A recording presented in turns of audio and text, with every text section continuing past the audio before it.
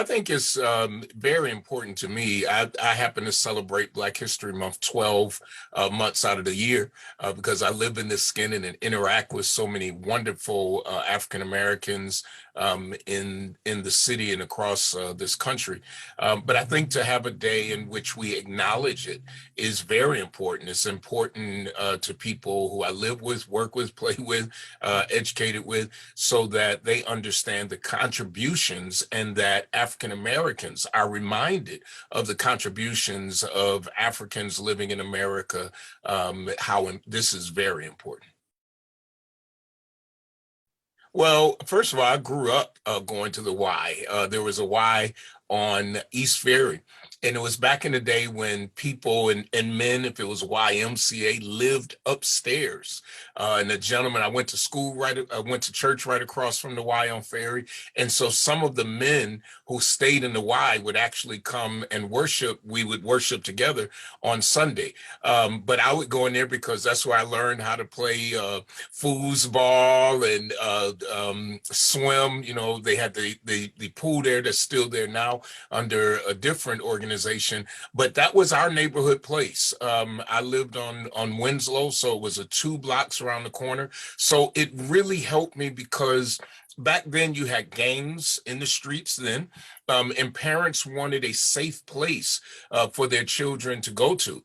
And I could walk around the corner with no problem, stay there till it started getting dark. So it was important then, and it's just as important now, because what we saw in the early 70s, unfortunately, a lot of times is what we're seeing right now in 2022. And parents are still looking for a safe place, but the Y has just expanded. You know, it's not just a place for children, it's a place for seniors. One of my strongest senior groups that we have in Ellicott is at the Y. It is one of the strongest, you know, and so it is important for our communities, especially communities that have not seen a lot of investments and they don't have a lot of community centers and they don't have organizations coming in. The Y has been that consistent partner in those communities.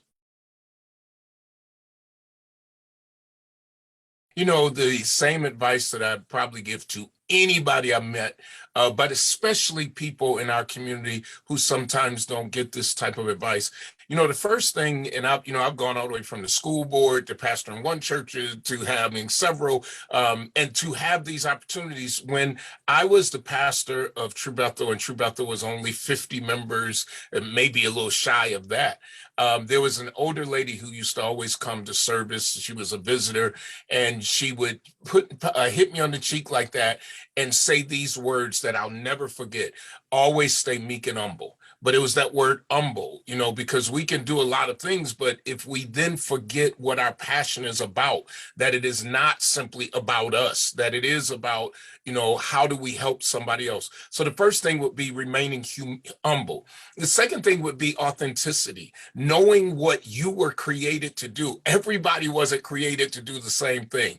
You know, when I started on the council, when I was elected to the council, there had never been a full-time pastor ever elected to the council in the history of the city of Buffalo. When I was elected to the school board, never. And it came with controversy, people saying, oh, you can't do them both and all that. But I knew my authentic self and I operated in it and I didn't apologize for it. As a matter of fact, I rather felt godly proud to be able to do things and show young people that you can do more than one thing and you can do them well. So it is about being the authentic you without compromise.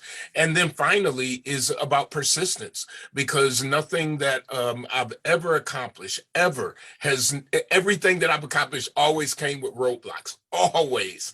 And you have these great ideas and these great thoughts. And then when the roadblock hits, it's being persistent that I'm not going to let this one thing, two things, three things stop me, but I'm going to press forward. And I think, you know, there's so many other things, but to me, those guiding factors have always allowed me to work with people, because finally, all of us work for somebody. You know, I always go to, if I'm invited to talk to kids and I'll go, who wants to work for themselves? And almost half the classroom, if not all, throw their hands up. up. And I go, I really hate to disappoint you, but nobody works for themselves. We all need somebody. If you got a widget you're selling, you think you're working for yourself. If nobody buys that widget, you're out of business. So learning that how we work together, and cooperative economics, those type of things are so important.